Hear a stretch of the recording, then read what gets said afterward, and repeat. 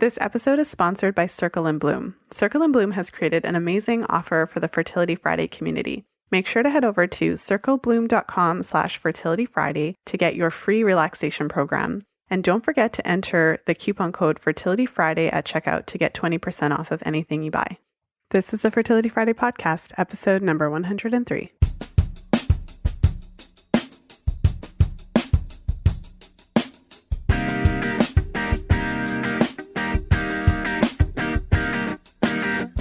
Welcome to the 103rd episode of the Fertility Friday podcast.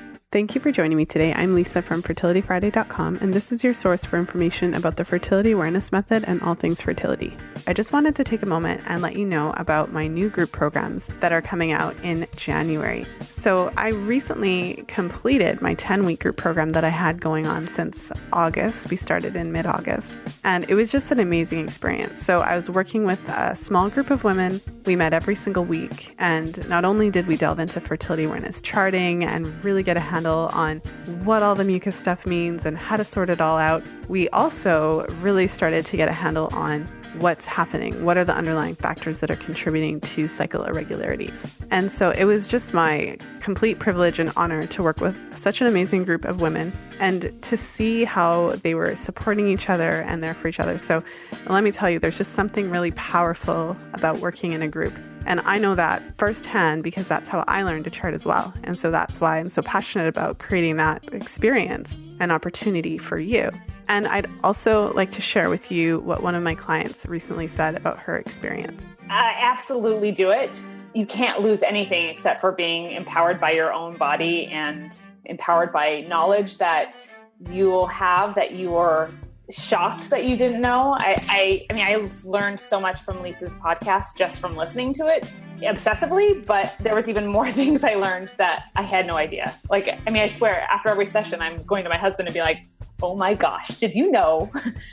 Did you know this? And I'm telling my girlfriends and they're like, what are you talking about?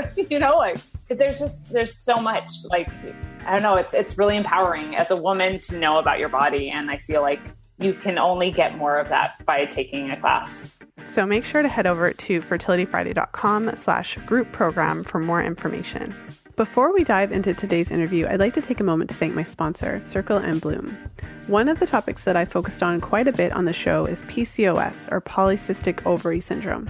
Circle & Bloom has developed 2 different programs specifically for women who are struggling with PCOS symptoms. If you're trying to conceive and struggling with PCOS symptoms, the PCOS for Fertility program has been designed specifically to support you on your journey. But the great thing about these programs is that if you're struggling with PCOS, but you're not actually actively trying to conceive, you can still work towards improving your cycles with the PCOS for Health program. So there's 2 different programs to address PCOS, one specifically for women who are trying to get pregnant and one for women who are just concerned about improving their health overall. And as a special gift to Fertility Friday podcast listeners, Circle & Bloom has offered a 20% discount when you purchase one of their programs. So head over to circlebloom.com/fertilityfriday and make sure to use the discount code FertilityFriday at checkout to redeem your 20% discount. Now let's jump into today's interview. And today I'm very excited to welcome my guest, Lily Nichols, back to the show. Lily joined us on 2 previous episodes, episode 16, where we talked all about gestational diabetes, and episode 25, where we talked about exercise during pregnancy. So if you haven't had a chance to listen to those 2 interviews, you'll definitely want to go back and take a listen because they're awesome and very informative.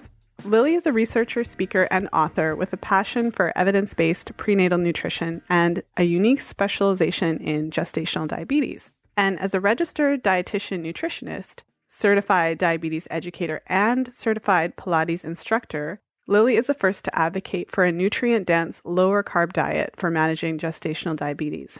And in today's show, I'm really excited to have Lily back because we talked a lot about gestational diabetes in our previous episode, but I wanted to have her back on the show to talk about PCOS because of the link between PCOS and diabetes and how to manage PCOS and that blood sugar stabilization issue through diet and lifestyle changes. So without further ado, welcome back to the show, Lily. Thanks for having me again, Lisa. Well, thanks for coming back on. And I wanted to congratulate you on air. Lily is now a mommy, so welcome to the Mommies Club. It's a fun world, isn't it? Yeah, we were talking about the interesting world just of mommyhood. And so this interview is brought to you by childcare. Yes. Childcare on Lily's part, built-in family childcare, and my children are in daycare. So this interview is brought to you by the generosity and, of others, making sure to watch our kids so that we can actually talk to each other for this period of time. So Lily, I'd just love for you to introduce yourself briefly. I'm sure the listeners can go back to the previous 2 episodes and get a more in-depth history.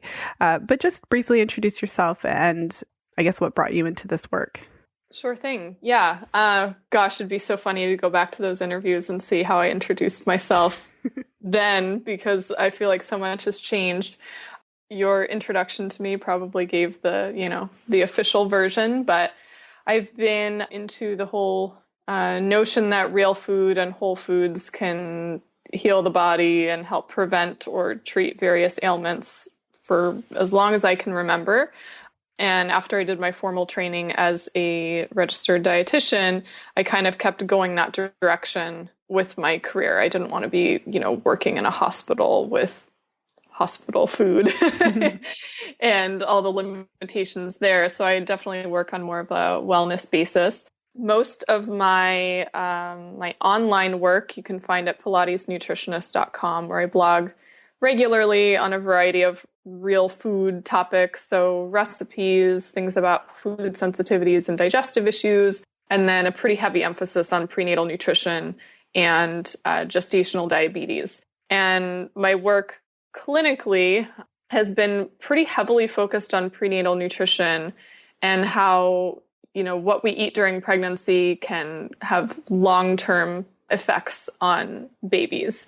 And since I just sort of happened to fall into the world of gestational diabetes really early on and get to sort of tinker with what works best to control that nutritionally and ideally, in my mind, without medication or minimizing the use of medication, I developed a real food approach for managing gestational diabetes. And I have a book called Real Food for Gestational Diabetes that details my approach.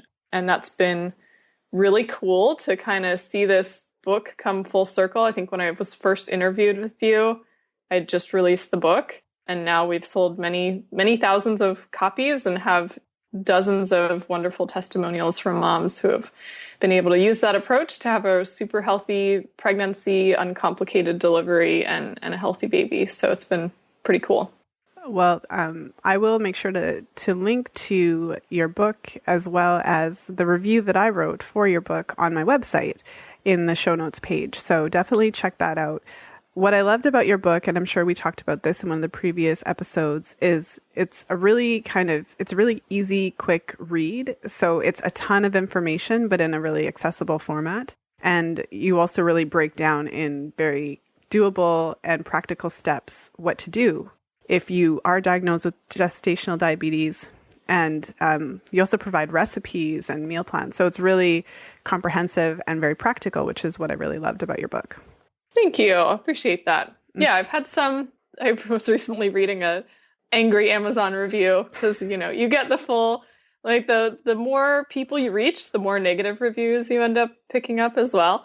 And someone was like, this book is too simple. It's, it's dumb or something. And ironically, there are chapters in the book that are super research heavy, because I wanted the book to be a resource for both women who have gestational diabetes and healthcare providers. So because my advice is not conventional at all, I'm breaking a lot of rules that are traditionally followed in prenatal nutrition, you have to provide evidence for why they are what they are. So I have, over 100 peer-reviewed research studies cited within my book. And so there's chapters that are very dense in information and dense in research. And then there are chapters that are focused more on the practical thing, which are purposefully written to be very simple. So, you can't mess it up.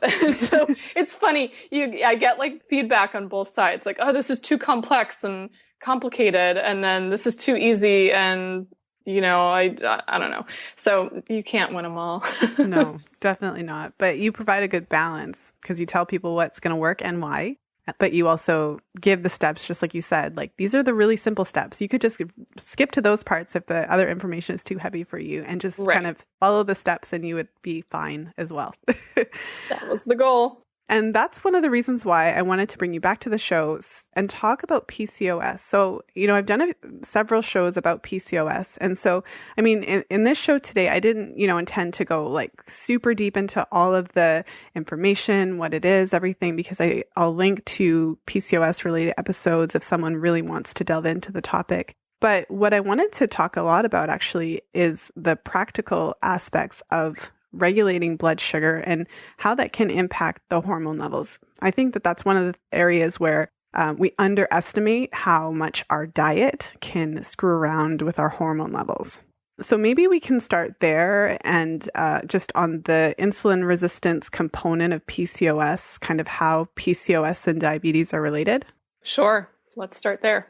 First of all, a lot of PCOS, so PCOS is, polycystic ovarian syndrome. So a lot of the hormone imbalances that are going on often relate to insulin levels. And insulin is a hormone that helps us regulate our blood sugar. When the blood sugar is high, our body, under normal circumstances, would get the signal to release insulin. Insulin takes sugar out of the bloodstream and into our body to be used as energy. And sometimes the insulin signaling mechanism can get a little messed up, and our body can become resistant to responding to insulin signals.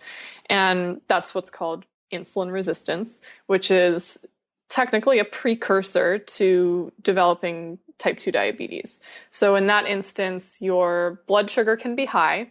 Your body has gotten the signal to release insulin, but your body is not responding to the insulin that's present in your bloodstream. So your body starts releasing more and more and more insulin to try to make up for the lack of the body's response to it. So some PCOS is related to insulin resistance. From what I see, it's the majority. And then there's some PCOS that's actually not related to insulin resistance, but can be related to issues with thyroid hormones or some other disruption in the female hormones, like hormonal deficit. But I'd say the majority of PCOS that we see is related to insulin resistance and is related to an excess of androgynous, or what's typically considered male hormones. So that's what we'll focus on mostly during our talk today. Okay. And maybe you could paint us a picture then of what's going on hormonally in the cases where it's related to insulin resistance. So maybe you could paint us a picture of what's supposed to happen versus what's actually happening hormonally. Yeah, so what's supposed to happen, I think I alluded to this a little bit earlier. What's supposed to happen is, under normal circumstances, assuming our body is at a healthy weight, we're not overly inflamed, we're not super stressed out, we're eating, good quality real foods that are giving us all the micronutrients we need, and not over consuming, especially like processed carbohydrates or sugars, things that raise the blood sugar a lot. Under normal circumstances, we eat some food and our blood sugar might rise a little bit. Our pancreas gets the signal to release some insulin, and your body is able to absorb the energy from your food and fuel everything in your system. And your blood sugar will go back to normal and be just peachy keen until you eat again. And depending on what you eat, the makeup of what you eat, you can sort of change how much your blood sugar is going to go up or not after you eat a certain thing. But if insulin is being regulated properly in your body and your body is responding to it normally, you don't have consistently high insulin levels and you don't have consistently high blood sugar. You kind of stay in some level of balance. When PCOS is going on, and oftentimes PCOS, the type we're focusing on here anyways, is one of the risk factors is being overweight, as you've probably heard about from your clients or, read about other places. And when your body, a lot of times the precursor to becoming overweight is to have insulin resistance going on in your system. So when your blood sugar is consistently high because your body is not responding to your insulin levels, then one of the results is that your body stores fat more readily, or you can't readily access your fat to fuel you between meals when your blood sugar is dropped down to a normal level. So you kind of get into this accumulation stage. And there is evidence that having insulin resistance going on can either cause testosterone levels to go up, or high testosterone levels can cause insulin resistance as well. So it can kind of go both ways. And that imbalance in female hormones is one of the things that can cause these cysts to start forming on the ovaries. Okay. Well, and in some of the other interviews that I did when, we spoke about PCOS, I think that because it's called polycystic ovary syndrome, people often think that it means you must have polycystic ovaries, but it turns out that it's kind of more of a broader spectrum diagnosis, and not everyone would have that kind of quote unquote characteristic symptom of PCOS. Right. And because there's different types of PCOS, there's some PCOS that's a result of abnormally low levels of hormones, not abnormally high levels of hormones. So there's insulin resistance tied in some ways, but it can have a different source of, it's not necessarily driven by excessive sex hormone levels. And then it can also be tied into the thyroid too. I mean, our endocrine system is really complicated. So the endocrine system being our hormones. So thyroid hormones, adrenal hormones, sex hormones. Insulin is a hormone. The pancreas produces hormones, insulin and glucagon. So these things are all they're like a web, how they all connect. So there's a lot of different ways that dysfunction can be triggered, and trying to work backwards to sort of tease out where the dysfunction is occurring is really helpful to help you come up with, a solution to it. But I would just say, to keep it kind of simple for people, the primary PCOS that we're seeing most of the time has an excess of androgynous or like testosterone and other male hormones. It's often in women who are having trouble losing weight, especially in the abdomen. They might have acne or male pattern hair growth or male pattern hair loss, irregular menstruation. Those are some of the classic signs of this type 1 PCOS, with the testosterone excess and the insulin resistance going on. And the funny thing is, even if you have some of these other less common or less talked about forms of PCOS, for the most part, changing around how you eat fixes a lot of it, or it manages a lot of it. Sometimes, you need some additional things to help you out. Like if you happen to have hypothyroidism that's making your PCOS worse, then that requires some additional intervention. But a lot of the times the dietary shifts are fairly similar, which we can get into a little bit later. But I think people get oftentimes really bogged down by the details instead of kind of taking a step back and looking at bigger pictures and seeing what's really going on here and what's really going to help it. It's like you can get lost in the weeds of like, oh my gosh, what type of PCOS do I have? Is this going on? Is that going on? And meanwhile, you're having sugared cereal for breakfast. And it's like, let's focus on the things you can actually do to heal rather than getting lost in the weeds of the research stuff that technically you should just let your healthcare practitioner help you figure out, Anyways. Yeah, no, I love that. And I think it really breaks it down to, you can literally write, you can write an encyclopedia on all the processes that are going on in your endocrine system that need to happen and function properly in order to have a proper hormone balance and also to have that reflected in your menstrual cycle. But if you just focus on the solution, that could just work and not hurt your head. Right.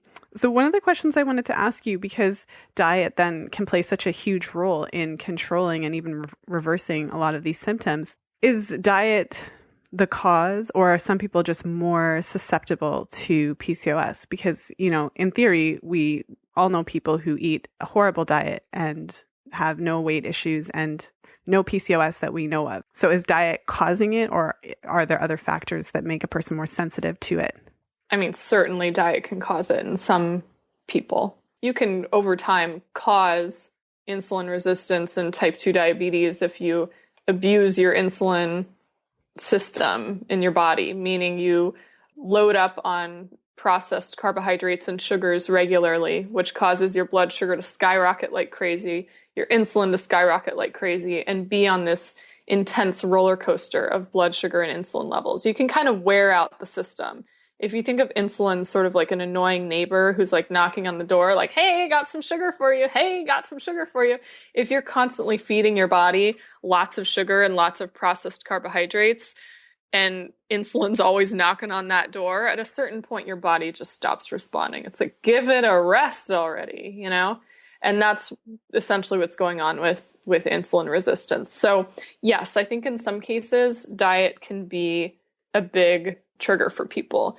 And on a general scope, if we look at sort of the whole US or the whole of Canada or other countries, what most people are overeating in general are processed carbohydrates and sugars. So I think in that sense, diet definitely can be a cause. On the other hand, sometimes there's things that are a little less obvious or maybe a little out of our control that can cause hormonal imbalance as well. So, for example, there's a lot of chemicals that are used in our environment or in body washes and personal care products and cleaning supplies or whatever, or even in the household goods we have that have chemicals that are estrogen mimicking. And so they interfere with hormone regulation in our body. And some of these are just in the air, like we're exposed to them no matter what, especially if you live in a city. And then there's other things where, you know, it's plastic in food or in food packaging, or the BPA, a chemical that's used in the lining of cans and a variety of other places in our households. Sometimes those things can trigger the hormone disruption. So it's not always diet as the pure cause, but diet can definitely exacerbate it for just about anyone, regardless of what their PCOS was caused by. Mm-hmm. Well, I know a lot of the women listening might be trying to figure out, well, how would I know if I have PCOS? And I just wanted to kind of put out there, I know you mentioned that it can cause menstrual cycle abnormalities. Just to kind of give an illustration to the listeners, what might that look like on a person's chart if they are charting their cycles? Not like obviously a confirmed diagnosis, but some of the kind of warning signs to look for. On the PCOS? Yeah. Like, if you're doing like charting your temperature and cervical fluid and all that? Yeah. What, I guess, menstrual cycle abnormalities that a woman might experience if she does have PCOS? She may skip cycles entirely, like not ovulate. So you may never see that temperature spike. Some women ovulate twice in one cycle. You don't see as much consistency when you're charting your cycles that way, which is why some people, if they're not, you know, up to date as you are and all this stuff, say, you know, you shouldn't use natural family planning methods when you're or fertility awareness method when you have irregular cycles or have PCOS, because they might be inconsistent. But for some people, that's the first warning light that they might have PCOS if they start seeing some of these irregularities in their, especially the morning temperature is a big one. I don't know if you've had experience with some of your clients showing that, but when you're not seeing the typical spike in temperature, seeing multiple times in one cycle, that's a pretty big tip-off. Yeah, no, definitely delayed ovulation. So it could show up like 60 days between periods. And then in the cycle, since a woman can only ovulate once, we would see her body trying to ovulate several times. So we would see a mucus patch followed by no temperature spike. And then another mucus patch followed by no temperature spike. And that's can be a more accurate way of saying it. Thank you. No problem. And that can be super frustrating, especially if a woman's trying to get pregnant, and really confusing, because then it's like, okay, I think I'm ovulating, and then it's not. And that can, especially if she's not getting support from someone who can help her to interpret that, it can be really confusing. Like, what the heck is going on? You know, I thought I ovulated a week ago. And So I appreciate you sharing that. And there's one other thing I wanted to ask you. I do want to delve into kind of the practical applications, but there's been a move lately towards renaming PCOS and calling it cardiometabolic syndrome. Mm-hmm. So do you have any thoughts on that, or do you know anything about that, or why they're pushing to change the name of it? You know, I haven't been following the name change, but I think it would be a good move because I think people hear PCOS and they think, like you kind of alluded to earlier, they automatically think it's like, oh, there's some cysts on my ovaries. And if we just remove these cysts or make these cysts go away, like everything will fix itself. And I think calling it, especially something with the word metabolic in it, gives you a more, I don't know, a more control over the situation, or maybe a little more motivation that this is actually related to lifestyle and not just something that happens to you out of the blue. You know, it can be something that kind of sneaks up on you for sure, but there's a lot you can do lifestyle wise to get under control. So I actually personally think it's a good idea to rename it because people focus so much on the ovaries and these cysts, which may or may not be there, as we've discussed, that they kind of, again, miss the big picture of what's going on. Mm-hmm. Well, and as you say that, when I think about that name, then it takes it, just like you said, takes it away from the ovaries and highlights what a big issue this is and how it's throughout the woman's body. It can have an impact on so many different areas of her body and her entire endocrine system, which is pretty significant. Mm-hmm. So with that in mind, what I wanted to ask you to do is because I mean, we're getting into, the specifics of it. And so drawing it back to the really practical ways to address it. As you said before, it's so complicated, PCOS and our endocrine system. But if you're able to control the lifestyle factors, you can actually control a huge part of it. Mm-hmm. And so maybe you could give us a basic nutrition lesson, talking about, macronutrients and kind of getting a sense of what our meals should look like. So back to basics, like what is, you alluded to the fact that, the majority of people are overeating processed foods and we're eating a lot of processed sugary carbohydrates. And right. So I think we need a basic lesson in nutrition. Sure. Yeah.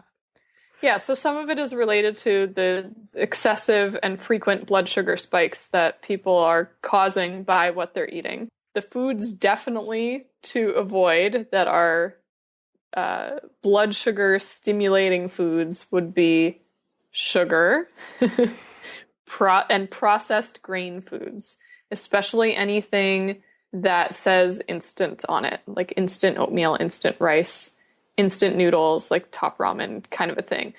Those are going to be like the worst of the worst. There is some variation in how people will respond to carbohydrates within real foods, like a sweet potato versus a banana. Like some people, there's individual variations on how they respond, but pretty consistently, if you're eating pure processed sugar and pure processed carbohydrates, like things made with white flour or super refined grains, they're going to cause a huge blood sugar spike in anybody. So those are going to be the first foods that I would say we should greatly limit or ideally almost entirely avoid. The other foods that can be issues, because there are going to be plenty of people listening who are like, but I eat a real food diet. I eat good quality foods and I'm still having issues with this. What's going on? There are carbohydrates spread throughout pretty much everything in our food supply and naturally, they're naturally occurring in a variety of foods with the exception of pure animal protein and eggs and pure fats. So everything has a little bit of carbohydrate. Any vegetable product has a little bit of carbohydrate, meaning things that are like grains or beans. I mean, like non-animal foods. So grains, beans, and other legumes, fruits. Those are going to be pretty hefty sources of carbohydrates. And a lot of it is the amount of them we consume and in what form we consume them. So for example, because people take everything to an extreme, especially with carbohydrates. So they think if less is better, then none is ideal, right? So I just want to clarify here. Like I have a post on fruit on my website, 5 signs you're eating too much fruit, which I have got so many interesting comments on because people don't think you can overeat fruit. And I'm not anti-fruit. I'm just anti consuming massive quantities of it, and especially when it's in a processed form. So giving you an example of fruit, when you eat a whole apple, it has the skin and it has fiber within it, and you have to chew it. It takes a while to eat an apple, especially if it's not even cut up, right? Eating an apple like whole, I mean, it'll take you 15 minutes or 20 minutes or something probably to eat an apple. If you're drinking apple juice, you can down it in seconds. And I don't know if anybody's ever made homemade apple juice. I guess oranges would be a better example, homemade orange juice. How many pieces of fruit does it take to make your glass of juice?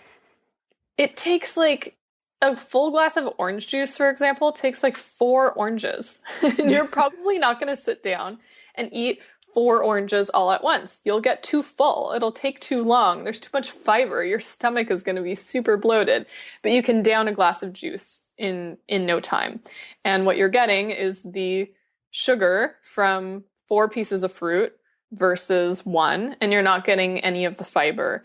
So that can be a big shift for people in thinking about food, is that we're not necessarily just thinking about processed grains and sugar, but we also need to be thinking about how we're processing or how we're consuming some of these quote unquote healthy foods, because we can overdo it even with those. So with the example of fruit, I suggest eating whole fruit and eating a more moderate portion of it, like maybe the amount of fruit that can fit in your hand at any given time, not like a monstrous fruit salad or a huge fruit smoothie or a whole bunch of juice, because then you'll pretty much automatically be eating a fairly high carbohydrate diet, even if you're like, consider yourself like a paleo eater where you're not eating grains and processed stuff. Like you can just overdo it on sugars just with fruit right out the gate. So that's one that I think people should be a little more mindful of, is how they eat fruit. Grains, I would say, are another challenging food for people because even in their whole form, they are very high in carbohydrates, and the way that we process them to consume them by like grinding it into flour and making bread and whatnot, or making a pasta, even when it's whole grain pasta, we just eat a lot of it. And so when you go back to how we would eat, even in the time frame of like after humans started, domesticated agriculture and cultivating crops and whatever, like the labor intensiveness of producing grain foods was so much that they weren't a huge staple in our diet. It's because we have this huge industrial food system that we eat a ton of them. Like, can you imagine growing a field of your own wheat and like letting it, get to the fall and turn brown, and then harvesting it and then trying to separate the bran off of the grain and then grinding it into flour and then making it into the breads and pastries? Like, you just wouldn't eat that much of it because it takes so dang long to produce and is so much work. But the way our food system is now, I mean, almost everything you pick up on the market is easy to go for a grain. So just be cautious with, if you are going to consume grains, I would just be cautious with the amount that you're consuming. So this whole notion that you wake up in the morning and have oatmeal for breakfast and then have, a sandwich for lunch and then have some crackers and cheese as a snack and have pasta as dinner, even if you're combining these things with like plenty of protein, you're eating lots and lots of vegetables, just having that sort of layout of meals I've just described is actually a fairly high carbohydrate diet. And so, we're not even talking people who are like eating mass quantities of food, but people who are eating what they consider a pretty moderate diet are often going kind of overboard on the carbohydrates. So just dialing it in a little bit with the grains, and some people do even better if they avoid them altogether. But I realize that's like it's kind of a scary thing for a lot of people, and it's a huge change in lifestyle for yourself and for your family if you go that route. So if you're going to continue to consume grains, I would just way dial in how much you're consuming them. That's probably the primary things I want to touch on with the foods to avoid. There are other things that can cause issues that aren't blood sugar related. One of those I should mention before we wrap this up, though, is soy.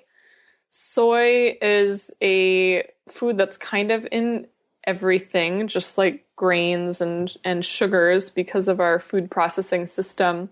And soy is high in naturally occurring estrogenic compounds. So they call them phytoestrogens, which a lot of women have heard they should eat to help their hormone systems, especially women who might be going through menopause or something. Oh yeah, eat extra soy, eat extra tofu. It's really good for you.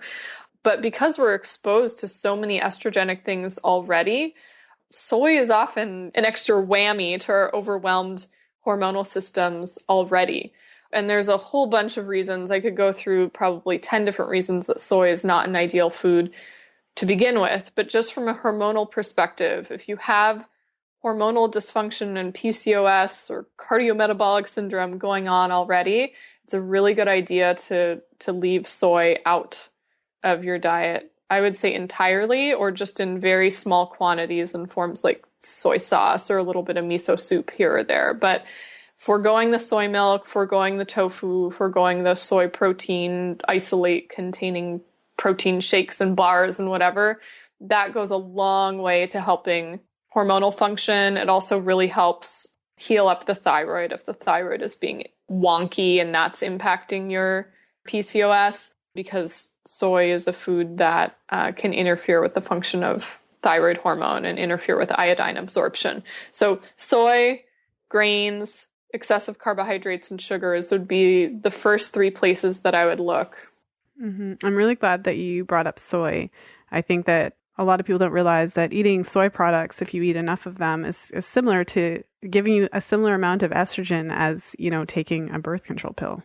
Absolutely. And, people don't really realize that or think about that. And I do remember, not so much now, but, several years ago, soy was all the rage. And everyone was really recommending it for reducing the estrogenic properties. And there are certain foods that do have that effect where they cause less of an estrogenic response in your body, but soy isn't one of them. And, you had mentioned that a lot of the advice that you give, or not advice, but the information in your book goes against the typical dietary practices. And so as you were talking about grains, a couple of thoughts crossed my mind. One was that every time I try to explain to my mom that I'm, not eating gluten because I have a thyroid issue and gluten has a pretty negative reaction in terms of your thyroid. Mm-hmm. She never gets that it's all bread. Right. Like I've explained this to her so many times, but she really can't put it together. Even if I say grains, she doesn't compute that it means bread and bread products and everything with wheat in it. And so I think that that's something to point out, because bread is in everything and bread is so ubiquitous. And when you're not thinking about it, you're probably eating bread 6 times a day. And that would actually be very much in line with our food guide. And so I think that the problem with the food guide is that it makes you think that a diet that could be completely destroying your endocrine system, in the PCOS example, it makes you think that it's actually healthy. Exactly. And so I would love for you to kind of take us through like a day and how you suggest that your clients structure their meals so that we can maintain a blood sugar balance. What do we have to do so that we're not spiking our blood sugar all the time? And why is that important? And I just want to say before I jump into that, I run into the same issue. So I have a sensitivity to wheat. And so people be like, oh, can you have this semolina something? It's like, no, semolina is another name for a type of wheat. I can't have the couscous that you're making, because couscous is pasta that's made with wheat flour, when they think couscous is the same thing as quinoa because it's the same shape, right? It's like, I know it gets really confusing, but when you actually, have to go through all the thought processes of like what contains wheat, it is just everywhere. It's just crazy. So, anyways, I feel you on that one. That one's tough. For structuring your meals, let's get this like really back to basics. Breakfast is probably the biggest place, the most important place that people can look first to get their hormones back in balance. Just from what I've observed clinically, and I've worked in a lot of different settings. And some of these settings, I'm working with folks who are not super motivated or may have been sent to me by their doctor and they have to see me. I don't work in that setting anymore, but back in the day when, you're working with people who are already resistant to making any sort of dietary changes, if I could focus on one thing that would make a big difference, it was always breakfast. And it still holds true even for, private nutrition clients that I see. Breakfast is so huge because most of us, not me and probably not you anymore, but most of us really do look at breakfast, what's considered a healthy breakfast, and we automatically go to foods that are going to overwhelm our blood sugar and insulin regulating systems from the get-go. So we think of oatmeal, or we think of heart-healthy whole grain cereal, or we think of a smoothie full of fresh fruit and vitamin C. We go right and soy to or almond milk. Sorry. And right, exactly. Yeah, especially the soy milk. Or let's we need protein. I'll put some soy protein in there. Or, I'll get the healthy cereal that has protein in it. This cereal is good. It has 10 grams of protein in it. Where's the protein coming from? Soy protein isolate, So anyways, but just from the foods we think of, we're usually looking at foods that are pretty quick and easy, and often they are full of grains or an excessive quantity of fruit. And these are super high in carbohydrates. And usually, even without looking at nutrition labels, if you want to figure out what sort of breakfast is going to be best for you, I want you to listen to your body after you eat your breakfast and see how soon you get hungry.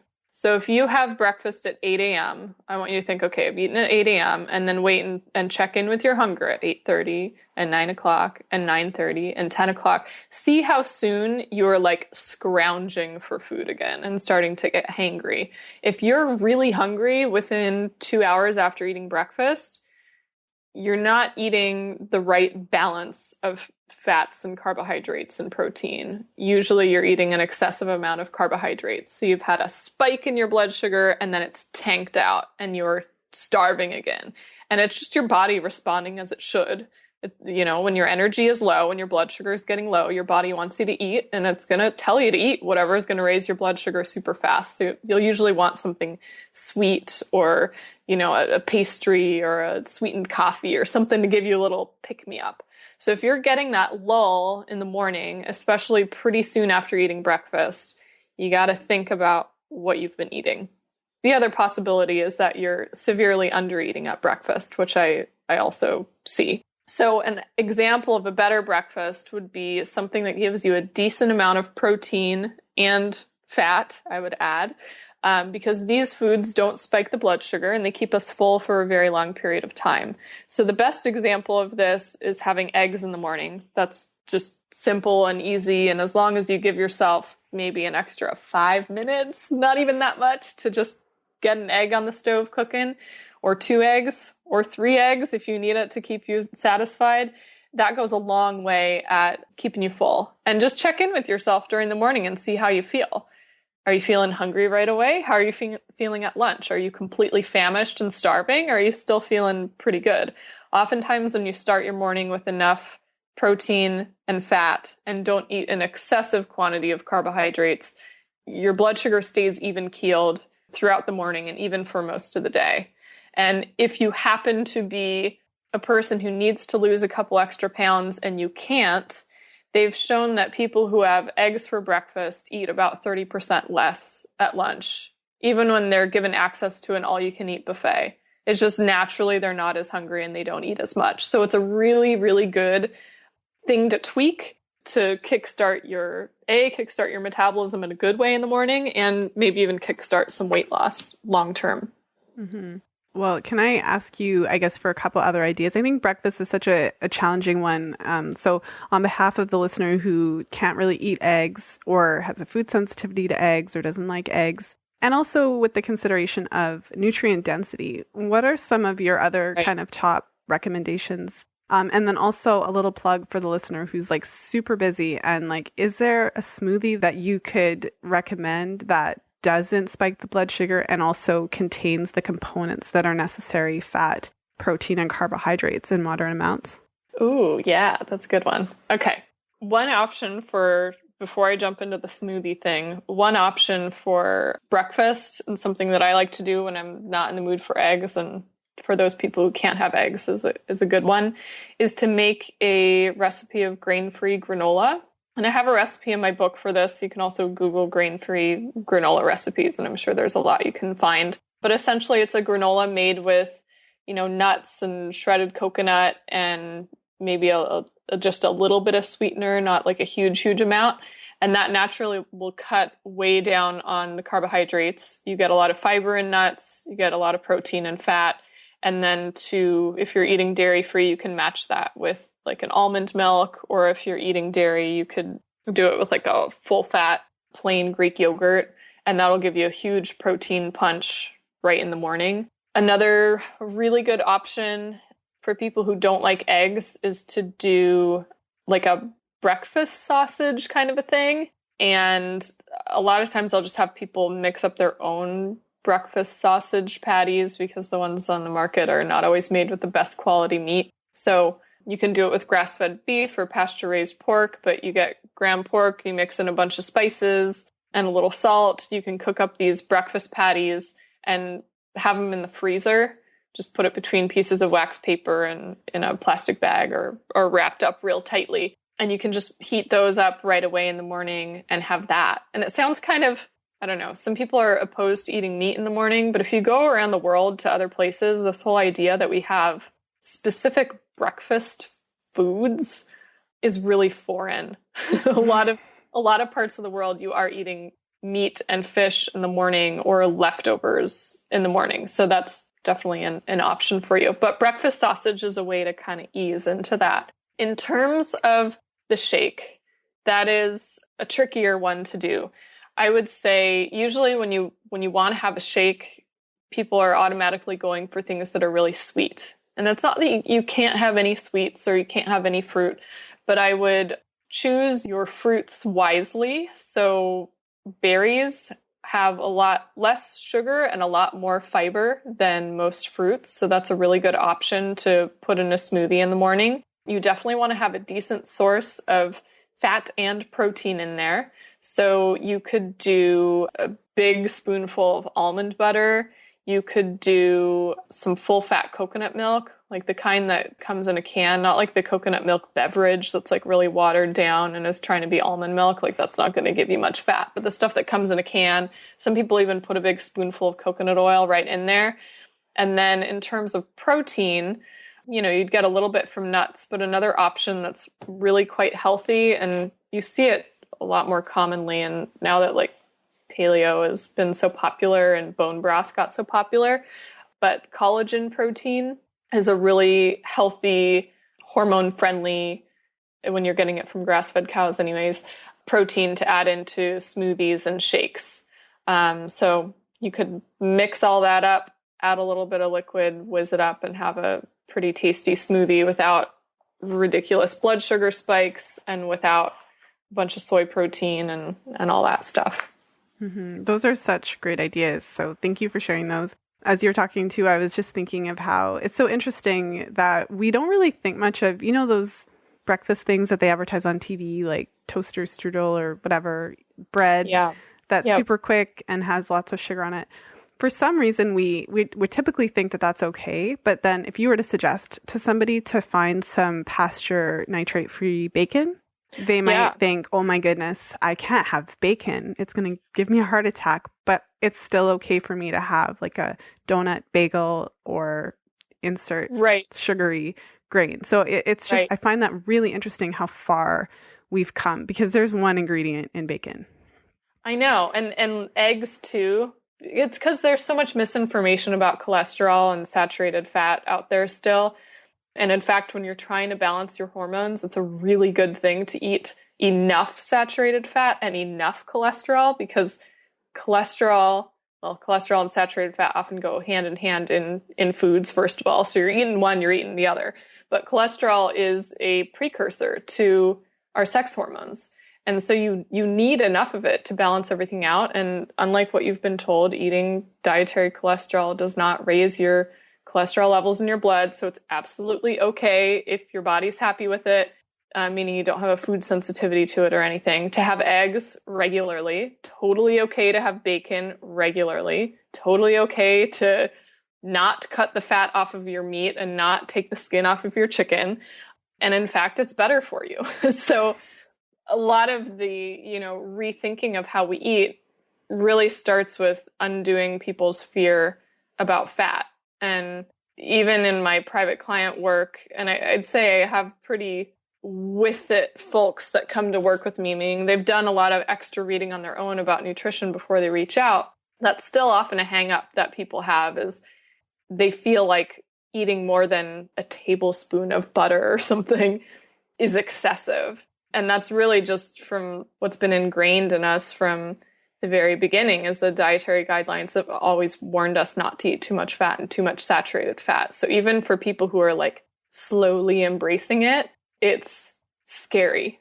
It takes a lot of deprogramming to accept that it's okay and is healthy to eat more fat. Mm-hmm. Well, and I love that you also touched on just the cultural idea of breakfast and it being it's kind of a strange meal, because if you take a step back and look at breakfast food, it's often it looks like dessert food. And you wouldn't have that typically for a meal. Like you probably wouldn't think of that as an actual like dinner meal. And I remember, because I've been thinking a lot about different breakfast alternatives, because I feel like it's one of the big hangups for everybody. What do I eat for breakfast? Especially a lot of people even skip breakfast, maybe not realizing how important it is. And so, like you mentioned, a lot of people might have like soup even for breakfast, bone broth for breakfast in other places of the world, maybe kind of as a soup mixed in with something else. And this is so foreign to the way we think of it. Absolutely. Yeah. When I traveled in Thailand, they served congee soup in the morning. So it was like a fish broth with, of course, it had a bunch of rice, but it also had like either meatballs or pieces of fish in it. It was like, and it's so funny, you're sitting there in like 100-degree heat. I was there during the hot season, and you're just sweating and eating this super hot soup. And it just seems so weird to me. But at the same time, I'm like, this actually isn't that weird. Like so many places in the world, you're not eating, we think of breakfast, and other than like eggs and breakfast sausage and bacon, almost everything that's served at the breakfast table is just pure carbohydrate. So it's not that weird to eat some other real food in the morning, and to not just be stuck with breakfast pastries and toasts and waffles and pancakes and cereal and oatmeal.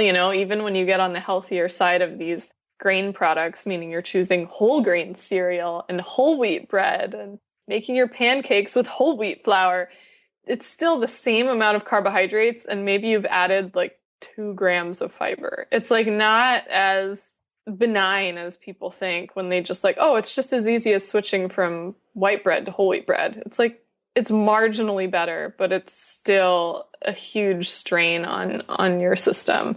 Yeah, no, definitely. And then when you eat those foods, your body kind of talks in macronutrients in a way. So carbohydrate is broken down into the same simple sugars. I mean, just how long it takes is the difference. Well, and so we don't have time to go through like an entire day of all different kinds of meal ideas for lunch and dinner, but I'd love for you to leave the listeners. So we've talked a lot about breakfast and that balance of protein, fat, and carbohydrates and why it's important to balance those.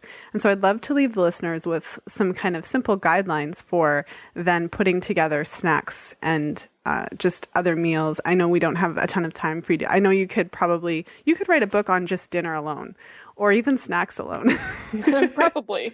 Yeah, I'll try to make it short and sweet on this part. So I think the most helpful thing is to try to make sure you are not eating naked carbohydrates. So, and let me explain that. Try to make sure that anytime you're having something that has carbohydrates, whether it's grains or beans or fruit or yogurt, if it's not a Greek yogurt, so meaning it has a fair amount of carbohydrates, try to match it with something else that has fat and protein along with it. So for example, instead of eating an apple naked, have an apple with a bit of almond butter or a handful of whatever kind of nuts you want, macadamia nuts or pecans or whatnot. And what that does is it'll slow down how quickly your body breaks down the carbohydrates in the apple. And we're talking a whole apple, not apple juice, right? So that'll already be help working on your side, and it'll keep you fuller for a lot longer. And then carry over that same idea into your lunches and dinners as well. If you are having some roasted sweet potato or something, and again, as I'm talking, you realize I'm not like anti-carbohydrate. I am just about balancing out choosing a smaller quantity and then balancing it out with other foods. So if you're having sweet potato at dinner, serve yourself a fairly small portion of sweet potato to start. You can always eat more if you're still hungry, but maybe a small handful's worth of sweet potato, unless you're a crazy athlete and burn a ton of energy. Keep it small, and then have a palm-size piece of something that has protein in it, whether it's a piece of salmon or some chicken or grass-fed beef or some slow-cooked pork, something like that. And then the other half of your plate, make it vegetables that have been prepared super deliciously in enough fat and with a little bit of salt for seasoning so it actually tastes like something. If you kind of think about your meals being about half vegetables, non-starchy vegetables, which is generally green vegetables, a little portion of something that contains carbohydrates, and then a little portion, or maybe more than a little portion, if you're hungry for it, of meat or protein-containing food, you've gone a very long way towards fueling your body well and not experiencing really high blood sugar. And if you're the type of person who always wants to have a sweet treat after dessert, you can eat fewer of the carbohydrate foods at your meal, like have fewer of the sweet potato type things, or just have a meal of vegetables and meat, and then you have room for your little bit of your sweet treat at dinner, after dinner, without having a huge spike in your blood sugar. Totally appropriate. And if I can leave the listeners with anything, because people really like to get tied up in the details of what's the percentage of macronutrients and the grams of this and the grams of that. And so people are often like swaying from eating whatever to eating super restrictive, and sometimes too much so, is trying to not get bogged down with the numbers and being super exact about things, but really checking in with your body after you eat. Because naturally our systems are pretty darn good at deciding when we've had enough or too much. And just to tie it back to what we first talked about at the very beginning with, both of us are moms and we have babies and nursing babies. It's like humans have this inborn way of knowing when they're hungry and when they're full. And that becomes undone over years of weird eating habits and forceful eating and restrictive eating and whatever. Like by age 4, I think it's age 4 or age 5, kids are no longer eating by their hunger and fullness, but by how much is served to them or the cues they're getting at the meals. We really need to take a step back and tune into those signals, because our body is still sending these signals. We just forgot how to listen. And that's probably the most helpful way to retrain yourself how to eat the right quantity and combinations of foods for yourself, because there's no perfect number. There's no perfect gram of carbohydrate for one person or another. There's no perfect amount of calories. It varies day to day, and it varies person to person by so many factors that, nutrition science still is barely scratching the surface of how to direct people to this stuff.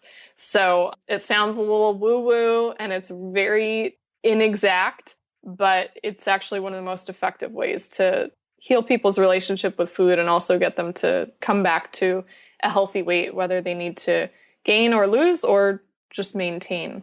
Yes, absolutely. And before I ask my final questions of the day, I just wanted to help us kind of wrap this up in a little bow. So I'm going to throw one at you, Lily. It's too easy. Are you telling me that if I just change these eating habits, it could really impact my PCOS that much? Because what we talked about, it actually kind of does seem too easy just to change those things. It can be. It isn't always that easy, but it can be. And I've had clients who I've worked with, usually people I'm working with on food sensitivities, where we're like getting a blood test on what foods they're sensitive to and doing an elimination diet and all this stuff. I've had people who have had PCOS and irregular cycles and all sorts of stuff going on, where within 6 weeks of working together, they will have like regained their menstrual cycle after not having it. Or things they'll email me 3 months later and be like, my cycle's been normal for the past 3 months, like since we started working together. What? Like sometimes things do heal really, really quickly. And it's just a matter of giving you the right foods and combinations and amounts of foods to heal. That's absolutely a possibility. In some other people, and especially depending on the severity of PCOS and what might be some of the underlying causes, there's some people where it will take a lot longer. But I can tell you, one of the components of healing, and probably the largest component of healing, is food. So absolutely, it can be really easy. And even if it takes a little extra legwork, food still matters hugely. So hopefully you've gotten a little bit of guidance on this relatively complex topic to dial this in a little bit and start making some incremental changes. Well, I'll just ask one last question to wrap it up, although it might be kind of hard because I think we might have already done it, but I'm still going to ask it anyways. Given our discussion today, what is the one thing that you want the listeners to take from it? Oh, man. Oh, this is tricky. I'm going to go with the naked carbohydrate thing because this is something that inevitably comes up with almost every single person that I work with.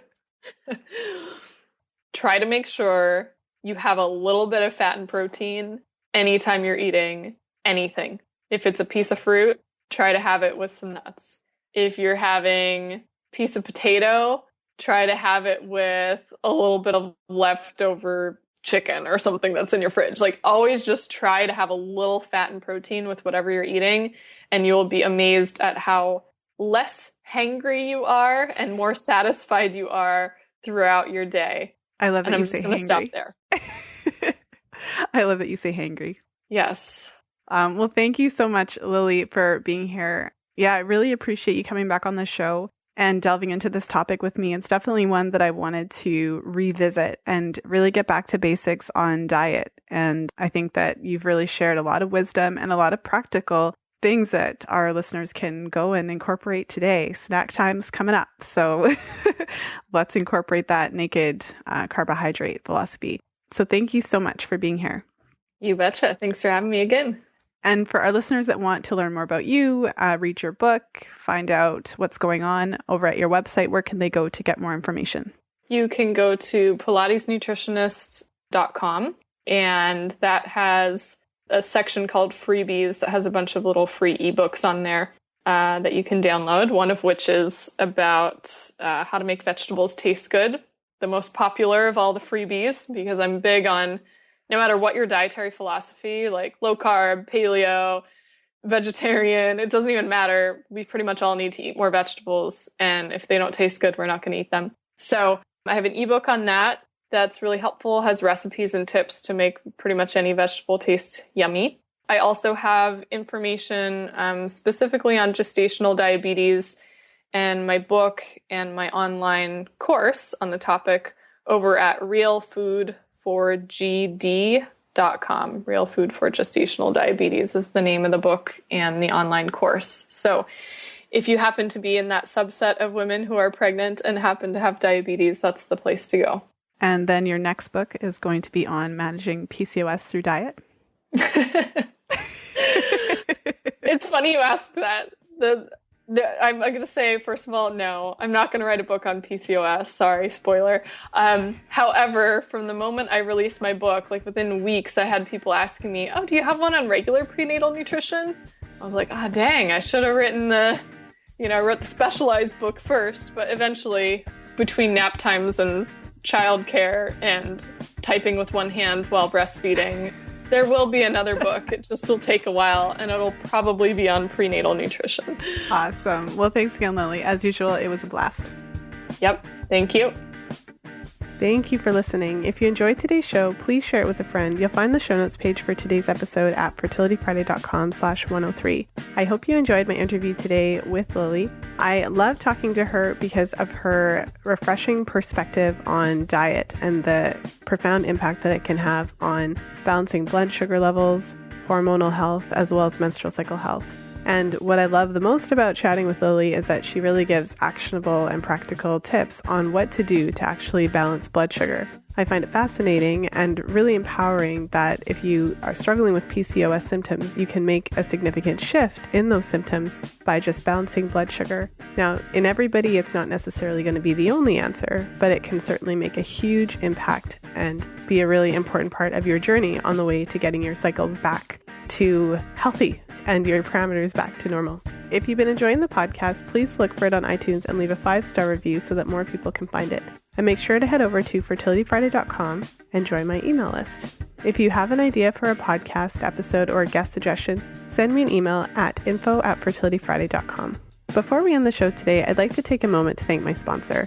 Today's episode is sponsored by Green Pasture Products. They offer fermented cod liver oil, concentrated butter oil, coconut oil, and a variety of products and blends. One of my favorite products that they offer is fermented cod liver oil, and it's one of the few food-based supplements that I always have in my house. And not only do I take it, but my kids take it too. The fermentation process preserves the natural vitamins A and D, which your body needs to make hormones. And in episode 9 of the podcast, I interview Sally Fallon-Morel, who is the founder of the Weston Price Foundation. And in that episode, she talks in detail about the benefits of vitamins A, D, and K. So make sure to go back and have a listen to that episode, and also head over to greenpasture.org for more information about their products. So I just want to thank you so much for hanging out with me today. I appreciate all of you for taking the time to tune into the podcast, whether you're on the go or commuting to work.